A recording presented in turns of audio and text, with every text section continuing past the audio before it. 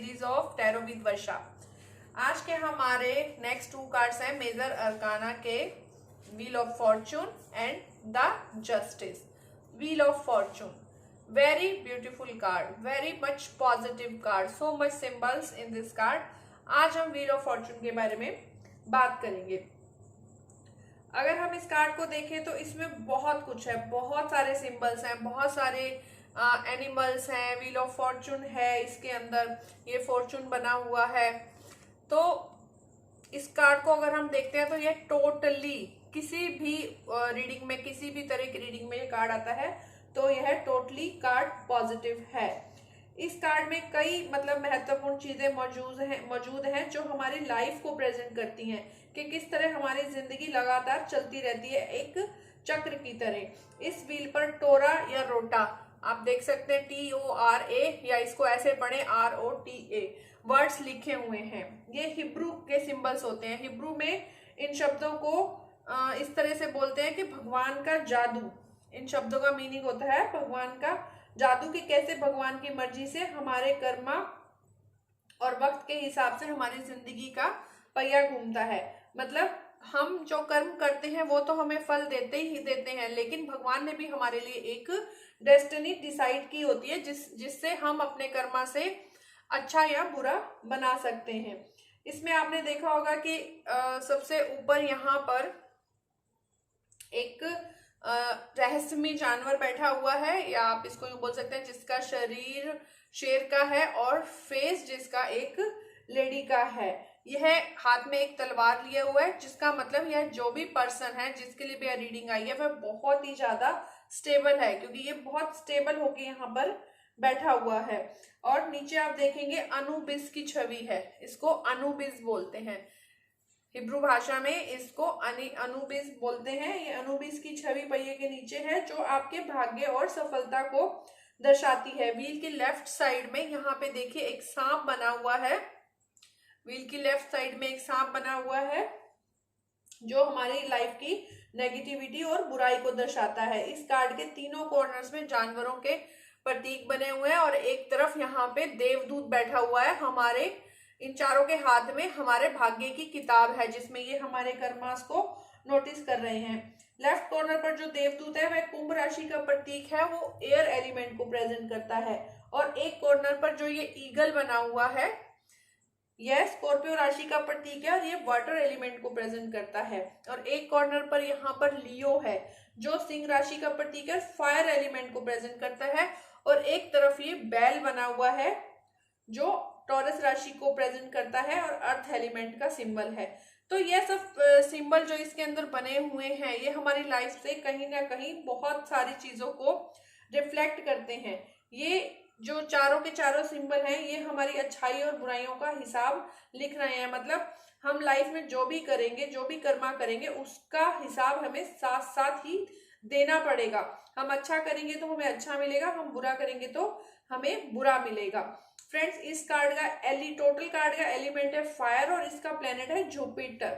Jupiter, अगर हम Jupiter को देखें, इसमें येलो कलर भी बहुत सारा है। अगर हम जुपिटर को देखें तो उसका अर्थ है ग्रोथ, यानी कि फैलाव, good Fortune, long distance travel. मतलब आप व्हील ऑफ फॉर्चून का कार्ड रीडिंग में आता है तो आप किसी को ये बोल सकते हो कि आप अपने बिजनेस के लिए या जॉब के लिए किसी दूसरे शहर में जा सकते हैं, दूर दूर की यात्राएं कर सकते हैं। आपके बिजनेस में वेल्थ आने वाली है, कुछ नया होने वाला है। जो ये गुरु ग्रह है यह भी सन, मून और वीनस की तरह 4th सबसे स्ट्रॉन्ग प्लेनेट है हमारी कुंडली के अंदर, हमारे सौर मंडल के अंदर। हमारी कुंडली के अंदर जो गुरु ग्रह है वह 9th हाउस को प्रेजेंट करता है। और दूसरे पॉइंट ऑफ व्यू से, अगर एस्ट्रोलॉजी के पॉइंट ऑफ व्यू से देखें तो व्हील ऑफ फॉर्चून भी हमारी लाइफ को ऐसे ही प्रेजेंट करता है। मीन्स जो कुंडली के अंदर 9th हाउस होता है वो वेल्थ का होता है, अबंडेंस का होता है, बहुत सारी इच्छाओं की पूर्ति का होता है। तो इस कार्ड का प्लेनेट ही जुपिटर है जो हमारी बहुत सारी इच्छाओं को पूरा करता है। लेकिन हमें अपनी लाइफ में बैलेंस रखना चाहिए, चाहे कैसी भी सिचुएशन हो। सक्सेस के आने के साथ साथ हमें ईगो को अपने पास नहीं आने देना चाहिए। यह कार्ड जिस पर्सन के लिए भी आता है तो इसका मतलब वह इंसान बहुत ज्यादा स्टेबल है, बहुत सक्सेसफुल है, अपनी लाइफ बहुत बैलेंस करके चल रहा है। वह लाइफ में एक जगह रुकता नहीं है, एक टारगेट पूरा होने के बाद वह दूसरे टारगेट की तरफ बढ़ जाता है। अगर जनरल रीडिंग में ये कार्ड आता है तो इसका मतलब ये होता है कि जिंदगी में, भाग्य में एक नया बदलाव आने वाला है, कैरियर में प्रोग्रेस हो सकती है, हेल्थ इंप्रूव हो सकती है। यह हमारी कार्ड के लाइफ के यह कार्ड हमारी लाइफ के परिवर्तन को दर्शाता है। जिस तरह मौसम बदलते हैं उस तरह बदलते मौसम के साथ जिस तरह हम लोग एडजस्ट करते हैं, उसी तरह जिस जिंदगी जब जब बदलती है हमें उसके साथ एडजस्ट करना चाहिए। अगर डेली रीडिंग में कार्ड आता है, भाई कोई पूछ रहा है मुझे ट्रैवल पे जाना है, या मुझे कोई नया काम शुरू करना है, या मुझे बिजनेस पर्पस से कहीं जाना है, या मुझे लड़का देखने जाना है, तो हाँ यस आप जा सकते हो। आज का दिन आपके लिए बहुत ज्यादा अच्छा है। अगर लव रीडिंग्स में आता है तो आप सामने वाले को बोल सकते हो हाँ आपको एक अच्छा जीवन साथी मिल सकता है, आपकी लव लाइफ में एक नया मोड़ आ सकता है, आप बस पॉजिटिव रहिए। अगर कोई मैरिड है और उसकी लाइफ में कुछ डिस्प्यूट चल रहा है तो उनके लिए भी यह बहुत ज्यादा पॉजिटिव कार्ड है कि यस आप एक बार फिर से सोचें जिंदगी में आपने क्या क्या करा है एक दूसरे के लिए, उन सब चीजों को एक बार फिर से सोचना शुरू करें। जरूर से जरूर आपकी लाइफ में एक नया बदलाव आने वाला है। अगर हेल्थ की रीडिंग में ये कार्ड आता है तो डेफिनेटली ये बहुत ही पॉजिटिव कार्ड है।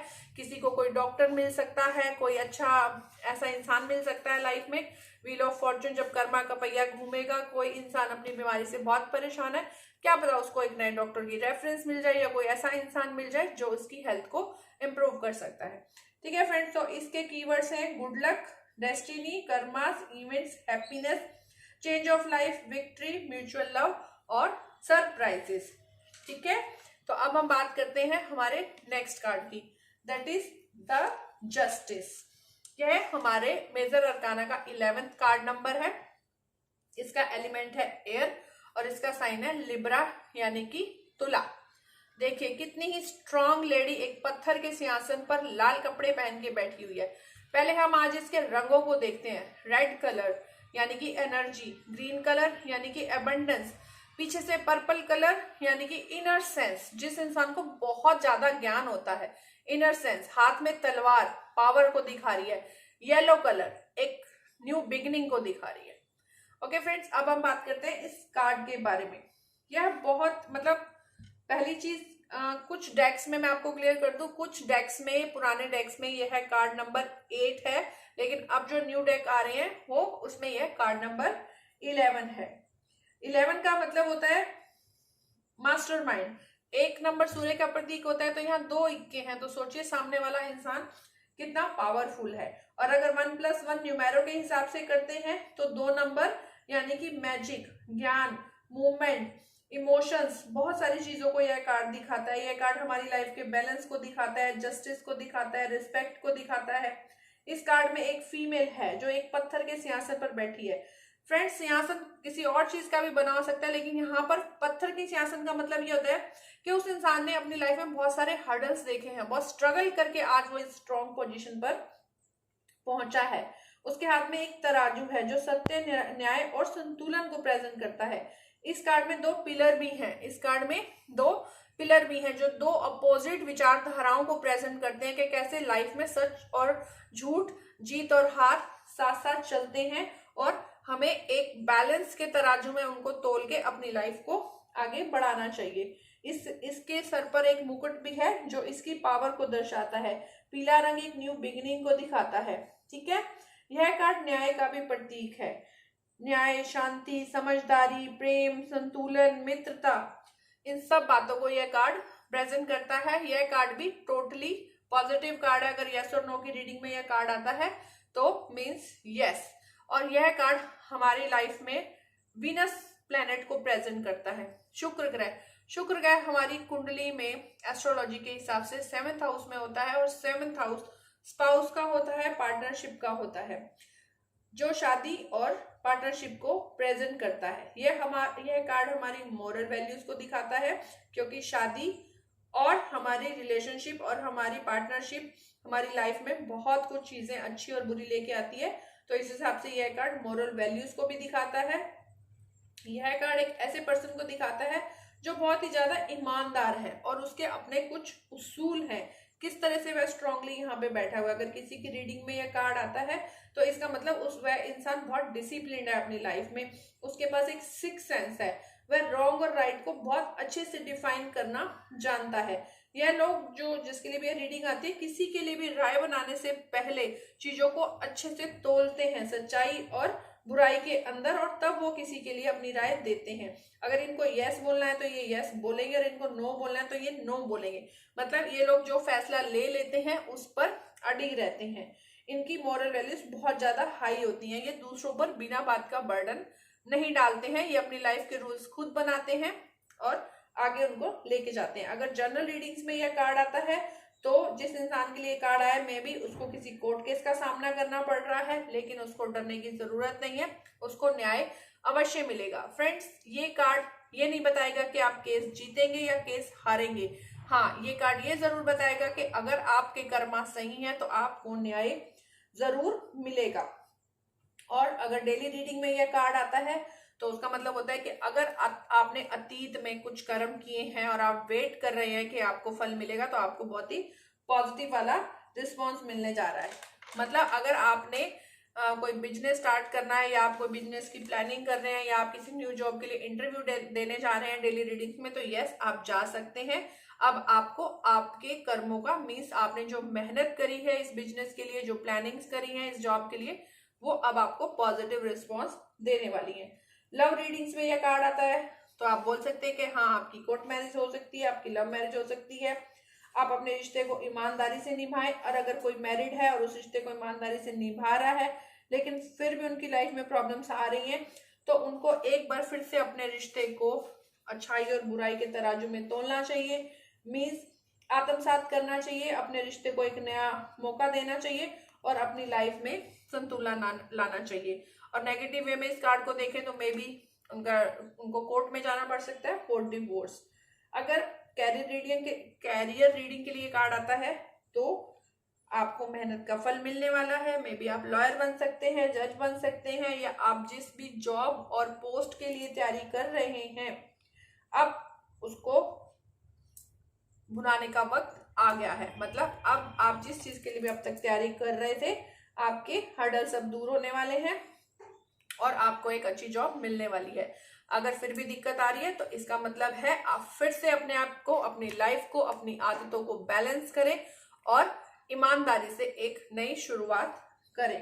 अगर हेल्थ के लिए ये कार्ड आता है तो उसमें भी हम यही बोलेंगे कि अगर आपकी हेल्थ ठीक है, वेल एंड गुड है, तो अच्छी बात है। अगर हेल्थ में दिक्कत है तो आपको फिर से एक बार हर चीज को, अपनी लाइफ के हर पॉइंट को देखकर अपनी लाइफ के साथ एक बार फिर से जस्टिस करना चाहिए कि आप अपनी बुरी आदतों को कैसे छोड़ेंगे और एक हेल्दी लाइफ की तरफ कैसे जाएंगे। अब बात करते हैं जस्टिस के कीवर्ड्स की। इसके बहुत सारे कीवर्ड्स हैं friend. Deserve, justice, honesty, fairness, law, good luck, और कोर्ट केस भी हो सकता है, लीगल डिस्प्यूट्स हो सकते हैं, कमिटमेंट हो सकते हैं, कंपटीशन हो सकता है, लॉयर्स हो सकता है, कॉन्ट्रैक्ट हो सकते हैं, लॉर्ड ऑर्डर हो सकते हैं। इन छोटे छोटे कीवर्ड्स को आप सामने वाले की प्रॉब्लम के साथ मैच करके आगे की पूरी बात उनको समझा सकते हैं। Okay friends, please subscribe my YouTube channel, like and share my videos. Hope so आपको ये सीरीज अच्छी लग रही होगी। Bye bye, take care.